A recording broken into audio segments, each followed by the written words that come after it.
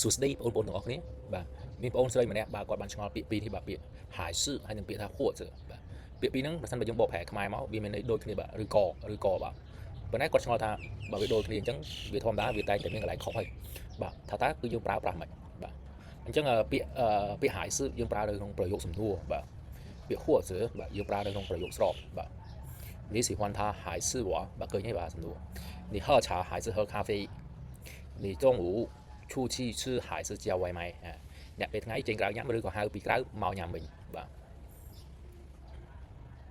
周末我想在家看书或者看电影បាទចុងសប្តាហ៍ហ្នឹងខ្ញុំចង់នៅផ្ទះបាទអានសៀវភៅបាទឬក៏